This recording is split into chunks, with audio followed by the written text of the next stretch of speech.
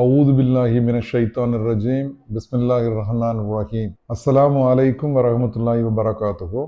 இன்று இந்த வீடியோ நம்ம போடுறது எதுக்காக அப்படின்னு சொன்னா, நீரிழிவு நோய் உள்ளவர்கள் எவ்வாறு பாதுகாப்பாக ரமலான் நோன்பை கடைபிடிப்பது என்ற விவரத்தை உங்களுக்கு தெரியப்படுத்துவதற்காக தான் இந்த காணொலி. அதாவது நமக்கு எல்லாரும் தெரியும், அடுத்த மாதம் ரமலான் மாதம் ஆரம்பமாக இருக்கிறது. நாம் எல்லாரும் ஆவலோடு ரமலான் நோன்பை கடைபிடிப்பதற்கு காத்திருக்கிறோம். இப்ப இந்த சூழ்நிலையில நீரிழிவு நோய் உள்ளவங்க எப்படி நோன்பு நோக்கணும், அதுக்கு அவங்க தங்களை எப்படி தயார்படுத்திக்கிடணும் அப்படிங்கிறத பத்தி ஒரு காணொலியாக நான் இப்போ உங்க முன்னாடி பேச இருக்கிறேன். அதாவது நீரிழிவு நோயும் ரமலான் நோயும் என்ற தலைப்புல தான் இப்ப நம்ம பேச போறோம். இப்போ நீரிழிவு நோய் அப்படிங்கிறது ரத்தத்துல சர்க்கரையோட அளவு அதிகமா இருக்கு. அவங்க தங்களுடைய சர்க்கரையின் அளவை குறைத்துக் கொள்வதற்கு மருந்து மாத்திரை உட்கொள்வதன் மூலம் ரத்தத்தில் சர்க்கரையின் அளவை குறைத்துக் கொள்ள முடியும் அல்லது இயல்பான நிலைமைக்கு வைத்துக் கொள்ள முடியும். இப்போ நீரிழிவு நோய் நம்ம பேசும்போது பொதுவாக காணக்கூடியது 3 வகை. அதாவது முதல் வகைன்னு சொல்றது எப்படின்னு சொன்னா டைப் 2 இரண்டாம் வகை சர்க்கரை நோய். இதுதான் அதிகமா காணப்படக்கூடியது. ஏன்னா இது பெரும்பாலும் வயது முதிர்ந்தவர்களுக்கு ஏற்படக்கூடிய வியாதி. இரண்டாவதாக வகை 1 நீரிழிவு நோய் டைப் 1. இது பெரும்பாலும் குழந்தைகளுக்கு ஏற்படக்கூடிய வியாதி. இதுல அவங்க இன்சுலின் மட்டும்தான் எடுத்துக்குவாங்க. மூணாவதாக நம்ம என்ன சொல்லணும், கர்ப்ப காலத்தில் ஏற்படக்கூடிய நீரிழிவு நோய். இது 3வது வகை. 4வதா ரொம்ப அரிதான நீரிழிவு நோய் வகைகள் இருக்கிறது. அதை பத்தி நம்ம இப்ப பார்க்க வேண்டிய அவசியம் இல்லை.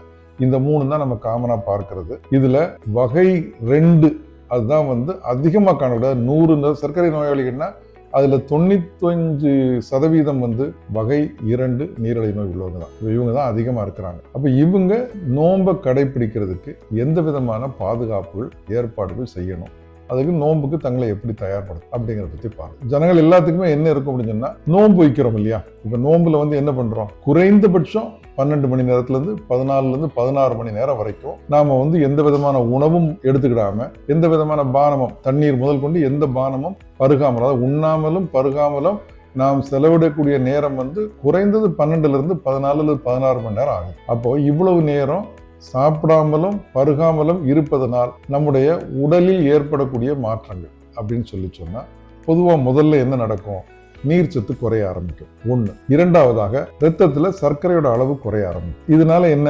பிரச்சனைகள்ங்கிறத நம்ம பார்ப்போம். அப்போ முதல்ல நீர்ச்சத்து குறையுது. இரண்டாவது, ரத்தத்தில் சர்க்கரையின் அளவு குறைய ஆரம்பிக்கிறது. மேலும் என்னன்னா, சிலப்போ ரத்த ஓட்டம், இப்ப அந்த சிறுநீரகம் போன்ற உறுப்புகளுக்கு செல்லக்கூடிய ரத்த ஓட்டம் சிலப்போ குறைவதற்கு வாய்ப்பு இருக்கு.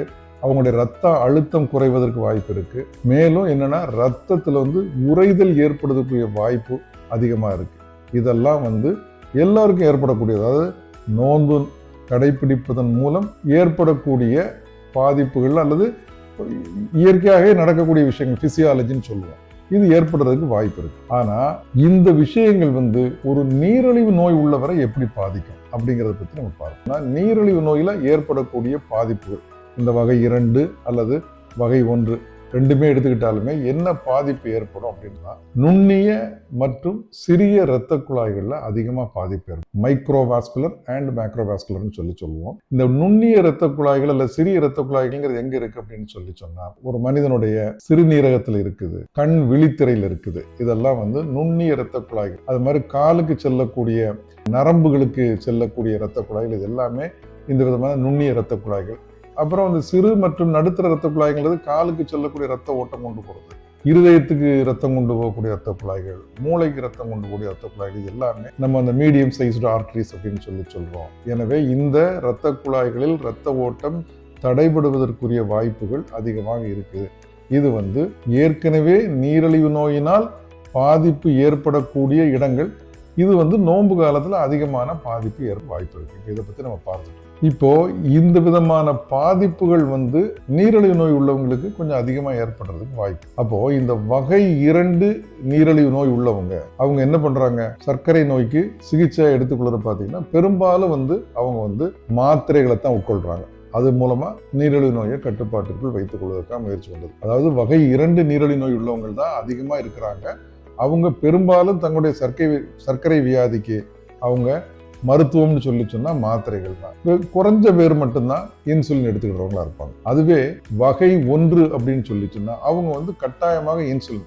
ஏன்னா அவங்களுக்கு ரத்தத்துல சர்க்கரையை கட்டுப்படுத்துறதுக்கு இன்சுலின் தவிர அவங்க வேற எந்த மருந்தும் பெரும்பாலும் எடுக்கிறது இல்லை. அதனால அது இன்சுலின் மட்டும்தான். அதே மாதிரி இந்த கர்ப்ப காலத்தில் ஏற்படக்கூடிய சர்க்கரை வியாதி உள்ளவங்களும் அவங்களுடைய சர்க்கரையை கட்டுப்பாட்டுக்கு கொண்டு வருவதற்கு அவங்க வந்து இன்சுலின் தான் எடுக்கிறாங்க. இப்போ நாம என்ன பண்ண போறோம் அப்படின்னு சொல்லி சொன்னா, இந்த நோன்பு வைக்கிறதுக்கு முன்னாடி நாம இயற்கையாகவே இந்த சர்க்கரை நோயினால் வேற ஏதாவது பாதிப்பு ஏற்பட்டிருக்கா அப்படிங்கறத நம்ம தெரியணும். அப்போ அதுக்கு சில பரிசோதனைகள் நம்ம செய்து அந்த மாதிரி பாதிப்புகள் எதுவும் இல்லை அப்படிங்கிறத உறுதி செய்துட்டோம்னா நாம வந்து மருத்துவ ஆலோசனையை பெற்றுக்கொண்டு அதுக்கப்புறம் அல்ஹம்துலில்லாஹ் நோன்பு வைக்கிறதுல எந்த விதமான பிரச்சனையும் இருக்க போறதில்லை. நோன்பு வைக்கும். இப்போ அதுக்கு என்னென்ன பரிசோதனை பண்ணணும்? இப்போ பொதுவா நம்ம பண்றது என்னன்னா, வகை 2 நீரிழிவு நோயில மிக அதிகமான பாதிப்புக்கு உள்ளாகக்கூடிய உறுப்புகள்னு சொல்லலாம்.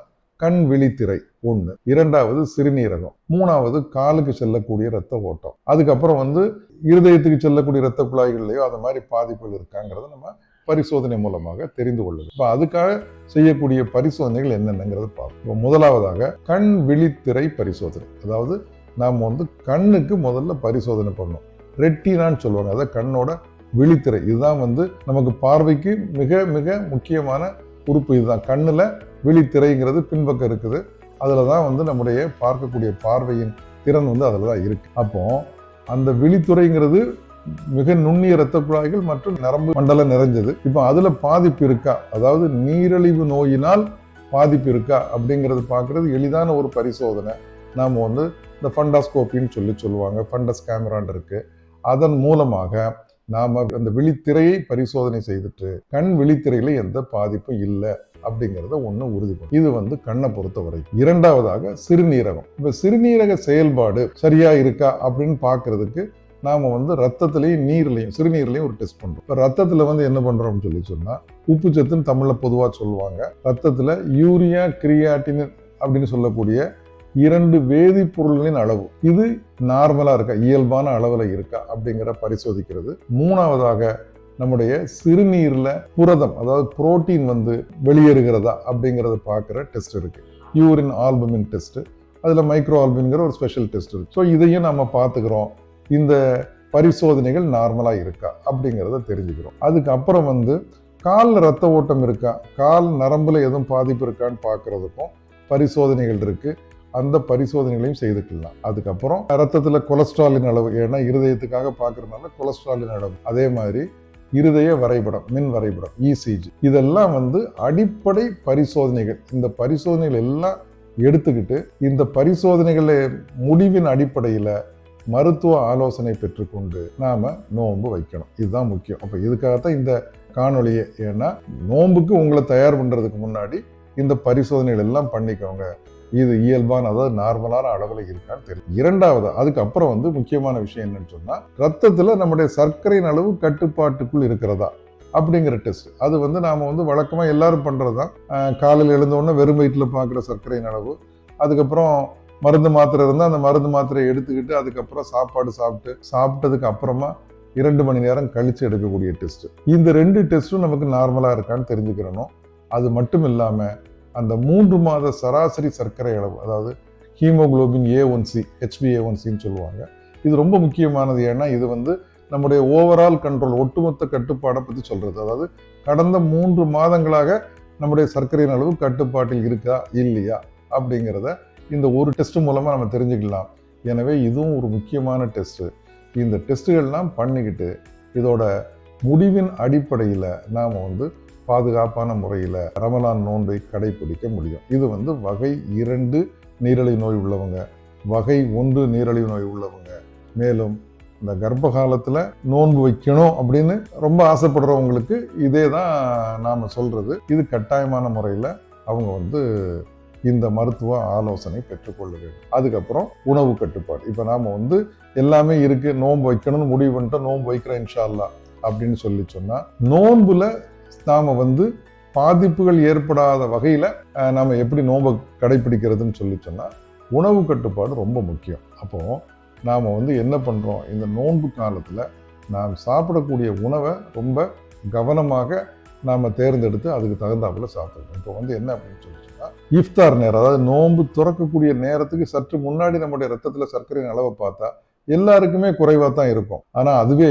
நீரிழிவு நோய் உள்ளவங்களுக்கு ஏற்கனவே அவங்க நைட்ல சகர் நேரத்துல மாத்திரை மருந்துகள் எடுத்திருந்தாங்கன்னா கட்டாயமாக ரத்தத்துல சர்க்கரையின் அளவு ரொம்ப குறைஞ்சிருக்கிறதுக்கு வாய்ப்பான நேரம் அந்த நேரம். அதனால நோன்பு துறக்கும் போது ரத்தத்துல சர்க்கரையின் அளவு கொஞ்சம் வேகமா அதிகமாகிறது மாதிரி உள்ள உணவை எடுத்துக்கலாம். ஆனால் அதே நேரத்தில் ஒரேடியாக ரத்தத்தில் சர்க்கரை அளவு கூடுற மாதிரி உள்ள உணவுகளை தவிர்க்கும். அப்போது நோன்பு துறக்கும் போது 1 அல்லது 2 ஒரு பேரிச்சம்பளம் எடுத்துக்கிட்டு நம்ம வந்து தண்ணீர், அப்படி இல்லைன்னு சொல்லிச்சுன்னா ஒரு எலுமிச்சை சாறு, இனிப்பு இல்லாதது, அந்த மாதிரி பானங்களை எடுத்துக்கிட்ட மூலமாக என்ன ஆகும், ரத்தத்தில் சர்க்கரை அளவு கொஞ்சம் வேகமாக கூடும். ஆனால் அதே நேரத்தில் கட்டுப்பாட்டுக்குள்ளே தான் இருக்கும். நம்ம இழந்து விட்ட நீர்ச்சத்து, மேலும் இந்த எலக்ட்ரோலைட்ஸ், தாது உப்புக்கள், இது எல்லாத்தையும் நாம் எடுத்துக்கூடக்கூடிய இந்த பானங்கள் மூலமாக நம்ம அந்த இழப்பை சமன் செய்ய முடியும். இது ரொம்ப முக்கியம். அதை மாதிரி நோன்பு நேரத்தில் நோன்பு கஞ்சி. இப்போ நோன்பு கஞ்சி ஒரு மிக நல்ல உணவு. ஆனால் என்னென்னா எளிதில் செரிமானமாகக்கூடிய ஒரு திரவ உணவாக இருக்கிறதுனால அதிகமாக எடுத்தோம் அப்படின்னு சொன்னால் ரத்தத்தில் சர்க்கரை அளவு வேகமாக அதிகரிக்கும். அதை கட்டாயமாக நம்ம தவிர்க்கணும். அதனால நோன்பு கஞ்சி எடுக்கலாம், ஆனால் குறைவான அளவில் எடுத்துக்கிட்டோம்னு சொன்னால் அதனால வேற எந்த விதமான இந்த பாதிப்புகள் ஏற்பட வாய்ப்பில்லை. நோன்பு துறக்கிற நேரத்தில் பழ வகைகள் எடுத்துக்கலாம். இப்போ பழம்னு சொன்னால் ஆப்பிள், ஆரஞ்சு, மாதுளை, கொய்யா, பப்பாளி, இது எல்லாமே அந்த சர்க்கரையின் அளவு குறைவுள்ள பழ வகைகள், அதாவது லோ கிளைசிமிக் இண்டெக்ஸ்ன்னு சொல்லுவோம். அந்த விதமான பழங்கள் இதை அளவோடு எடுத்துக்கிட்டோம் அப்படின்னு சொன்னால் சர்க்கரையும் கொஞ்சம் அளவும் கொஞ்சம் கூடும், ஆனால் கட்டுப்பாட்டுக்குள்ளே இருக்கும். ஓவரா சுகர் கூடுறதும் இருக்காது. அது மாதிரி இது வந்து ஒரு சிறந்த உணவாகவும் இருக்கிறது. அதனால இதெல்லாம் முக்கியமான விஷயம். அது போக உணவுன்னு எடுத்துக்கிட்டோம்னு சொன்னால் தனி அரிசி அல்லது மாவு பொருள் உள்ள உணவுகளை தவிர்த்துட்டு மாவு பொருளோடு சேர்த்து புரதம் கலந்த உணவு எடுக்கும்போது கட்டாயமாக ரத்தத்தில் சர்க்கரையின் அளவு வேகமாக அதிகரிக்காது. அதனால நாம் வந்து அந்த நேரத்தில் முழு தானியங்கள், சுண்டல், பயிர், அது போன்ற புரதச்சத்து நிறைந்த முழு தானியங்கள் எடுத்துக்கலாம்.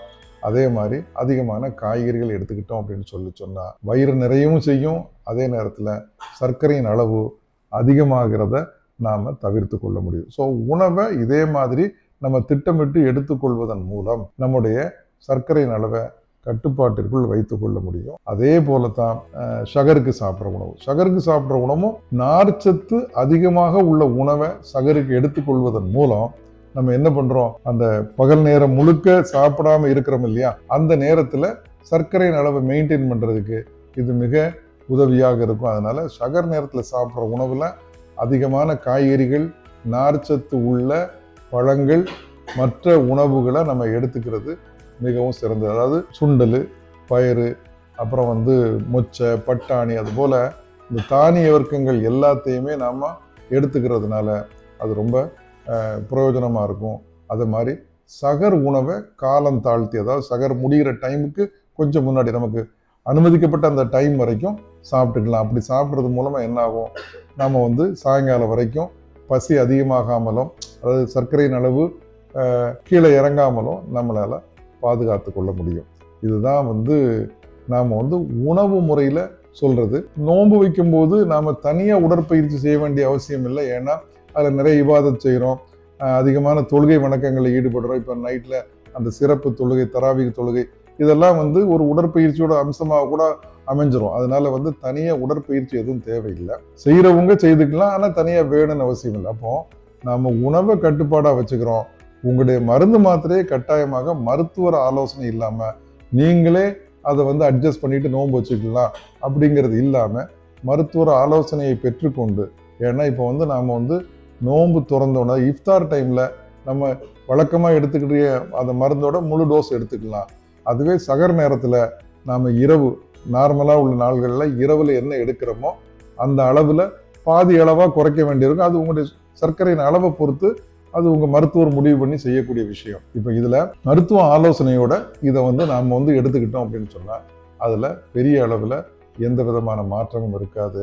நோன்பு வைக்கிறதுக்கு எந்த விதமான சிரமம் இருக்காது. இப்போ இன்ஷா அல்லாஹ் இது போன்ற விஷயங்களை பின்பற்றி நாம் இந்த வருகின்ற ரமலான் நோன்பு, எதிர்வருகின்ற இந்த ரமலான் நோன்பை நாம் வந்து கடைபிடிப்பதற்கு எல்லாம் வல்ல இறைவன் நம்ம அனைவருக்கும் அருள் புரிய வேண்டும் என்று இந்த நேரத்தில் துவா செய்தவனாக நான் வந்து உங்களுக்கு இந்த உரையை நிறைவு செய்வதற்கு முன்னாடி நான் வந்து வேறு சில குறிப்புகள் உங்களோட பகிர விரும்புகிறேன். அதாவது இது வந்து சர்க்கரை நோய் உள்ளவங்க எப்படி பாதுகாப்பாக நோன்பு வைக்கணும் அப்படிங்கிறத பற்றி நாம் வந்து பார்த்துட்டோம். இப்போது அடுத்த டாபிக் இது என்ன அப்படின்னு சொல்லிச்சுன்னா, இப்போ இறைவன் வந்து திருக்குரானில் அத்தியாயம் 2 வசனம் 183 தெளிவாக சொல்லியிருக்கான். உங்களுக்கு முன்புள்ள சமூகத்திற்கு எவ்வாறு நோன்பு கடமையாக்கப்பட்டதோ அதுபோல நோன்பு உங்களுக்கும் கடமையாக்கப்பட்டுள்ளது. அது இதன் மூலம் நீங்க வந்து இரையச்சம் உள்ளவர்களாக வாழக்கூடுங்கிற மாதிரி ஒரு வசனம் தெளிவா இருக்கு. இது வந்து நோன்பு வைக்கணும் அப்படிங்கிறத நமக்கு வலியுறுத்துது. அதன் அடிப்படையில் தான் இப்போ நம்ம பேசணும். என்ன அப்படின்னு சொன்னா கட்டாயமாக நாம் வந்து நோன்பு வைக்கணும். ஆனால் அதை வந்து எப்படி பாதுகாப்பாக வைக்கிறது மூலமாக முழு நோன்பையும் நம்மளால் கடைபிடிக்கிறதுக்கு இறைவன் அருள் புரிய வேண்டும். அதுதான் இதுக்கு அடுத்தால இது திருக்குரான் வசனம், அதாவது அத்தியாயம் 2 வசனம் 185. அதில் என்ன இறைவன் சொல்கிறான் அப்படின்னு சொன்னா உங்களில் இந்த நோன்பு வருகின்ற காலத்தில் யாரெல்லாம் நோய்வாய்ப்பட்டு இருக்கிறார்களோ அல்லது பிரயாணத்தில் இருக்கிறார்களோ அல்லது நோன்பு வைக்கிறதுக்கு வாய்ப்பு வசதி இல்லாமல் இருக்கிற சூழ்நிலை உள்ளவங்க அதற்கு மாற்றாக, அதாவது ஒன்று அவங்க எப்போ நோயிலிருந்து குணமடைகிறார்களோ அல்லது பிரயாணத்தை முடிக்கிறாங்களோ அந்த மாதிரி சமயங்களில் அவங்க அந்த நோன்பை திருப்பி அவங்க எடுத்து வச்சுக்கலாங்கிறது இருக்கு. ஆனால் இப்போ சர்க்கரை நோய் போன்ற நோய்ங்கிறது நம்ம குணமடைதல்ங்கிறது கிடையாது. இந்த நோய் வந்து ஒரு பெர்மனண்டா இருக்கக்கூடிய வியாதியா இருக்கு. அப்போ இந்த நோய் உள்ளவங்க நோன்பு வைக்கக்கூடாது அப்படிங்கிறதாவது என்னென்ன கண்டிஷன்ல அவங்க நோன்பு வைக்கிறது அவங்களுடைய ஆரோக்கியத்திற்கு ஆபத்தா இருக்கும் அப்படிங்கிறத பத்தி இப்ப நான் வந்து உங்களோட சில கருத்துக்களை பரிமாற விரும்புகிறேன். அதாவது இப்ப யாரெல்லாம் நோன்பு வைக்கிறது தவிர்த்து கொள்ள வேண்டும், அதாவது நீரிழிவு நோய் உள்ளவர்கள் கட்டாயமாக நோன்பு வைக்கிறத தவிர்த்து கொள்ளணும் அப்படின்னு சொன்னா இப்போ வகை 2 நீரிழிவு நோய் உள்ளவர்கள், இப்போ கொஞ்சம் அவங்க ஏஜ்ல உள்ளவங்க, ரொம்ப எக்ஸ்ட்ரீம்ஸ் ஆஃப் ஏஜ்னு சொல்லுவாங்க, அதிகமான வயது உடையவர்கள், அவங்களுக்கு நோன்புல அவங்க நோன்பு பிடிக்கிறது மூலமா இந்த பருகாமல் உண்ணாமல் இருக்கிறதுனால அவங்களுடைய ரத்த அழுத்தம் குறைவதற்கு வாய்ப்பு ரொம்ப அதிகமா இருக்கு. இப்போ அவங்களுக்கு வந்து ரத்தத்துல சர்க்கரையின் அளவு குறைஞ்சா அதனால பாதிப்பு மயக்கமுடைய மாதிரி சூழ்நிலை வருது, அதனால பாதிப்பு அதிகமா இருக்கு. இப்போ அவங்க வந்து நோன்பு வைக்கிறத பத்தி கொஞ்சம் யோசிக்க வேண்டி இருக்குது. இரண்டாவது, இப்ப நீரிழிவு நோய், அதாவது 10 வருஷம் 15 வருஷம் 20 வருஷமா நீரிழிவு நோய் உள்ளவங்க, அவங்களுக்கு பல பாதிப்புகள், ஏன்னா அந்த நோயோட நாள் சென்று அந்த நோயினால என்ன இருக்கும் அப்படின்னா நாள்பட்ட நோய், அதனால அவங்களுக்கு பாதிப்புகள் இருப்பதற்கு வாய்ப்பு இருக்கு. அதாவது ஆல்ரெடி பாதிப்பு இருக்கும். என்னன்னு சொன்னா கண் விழித்திரையில பாதிப்பு இருக்கலாம், சிறுநீரக பாதிப்பு இருக்கலாம், கால் நரம்புல பாதிப்பு இருக்கலாம், இருதயத்துக்கு செல்லக்கூடிய ரத்த ஓட்டத்துல பாதிப்பு இருக்கலாம், அது மாதிரி அவங்களுக்கு ஏற்கனவே ஒரு பக்கவாதமோ ஸ்ட்ரோக் அந்த மாதிரி கூட ஏற்பட்டிருக்கலாம். அப்போ இவங்கெல்லாம் நோன்பு வைக்கிறதுங்கிறது சொல்லும்போது இவங்க நோன்பு வைக்கிறத தவிர்த்து கொள்வது சிறந்தது.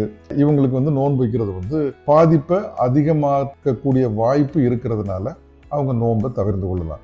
அதை மாதிரி வகை 1 நீரிழிவு நோய் உள்ளவர்கள் அவங்க வந்து கட்டாயமாக அவங்களுடைய சுகரை கட்டுப்படுத்துறதுக்கு அவங்க இன்சுலின் எடுக்கிறாங்க. இந்த இன்சுலினை ஒரு நாளைக்கு 3 அல்லது 4 வேளை எடுத்தா தான் அவங்க சுகர் கட்டுப்பாட்டுக்குள்ள இருக்கு அப்படிங்கிற மாதிரி உள்ளவங்க கட்டாயமாக நோன்பு வைக்கிறத தவிர்க்கணும். அதை மாதிரி வகை 1 நீரிழிவு நோய் உள்ளவங்களுக்கு அடிக்கடி ரத்தத்தில் சர்க்கரையின் அளவு ரொம்ப குறைஞ்சிருது இல்லை ரொம்ப கூடுது, அந்த மாதிரி உள்ள குழந்தைகள் வந்து என்ன பண்ணணும்னா நோன்பு வைக்கிறத தவிர்க்கணும். அதே மாதிரி கர்ப்பிணி பெண்கள், தாய்மார்கள், அவங்க வந்து கர்ப்ப காலத்துல சுகர் வர்றவங்க இருக்கிறாங்க, ஏற்கனவே சுகர் இருக்கிறவங்க கர்ப்பமாகறாங்க, இவங்களுக்கு எல்லாத்துக்குமே ஒரே விஷயம்தான். ஏன்னா அவங்களுடைய நீரிழிவு நோயை கட்டுப்படுத்துறதுக்கு என்ன இருக்குன்னு தேவைப்படும், பெரும்பாலும் இன்சுலின் தேவைப்படும். அப்போ அந்த மாதிரி இருக்கிறவங்க நோன்பு வைக்கிறது கொஞ்சம் சிரமமான விஷயம். ஏன்னா அவங்க நோன்பு வைக்கிறதுனால அவங்க ஆரோக்கியத்திற்கும் பாதிப்பு, அதே மாதிரி அந்த குழந்தைகளுடைய ஆரோக்கியத்திற்கும் பாதிப்பு இருக்கும். அப்படிங்கிற மாதிரி இருந்ததுன்னா அவங்க நோன்பு வைப்பதை தவிர்த்து கொள்ள வேண்டும்.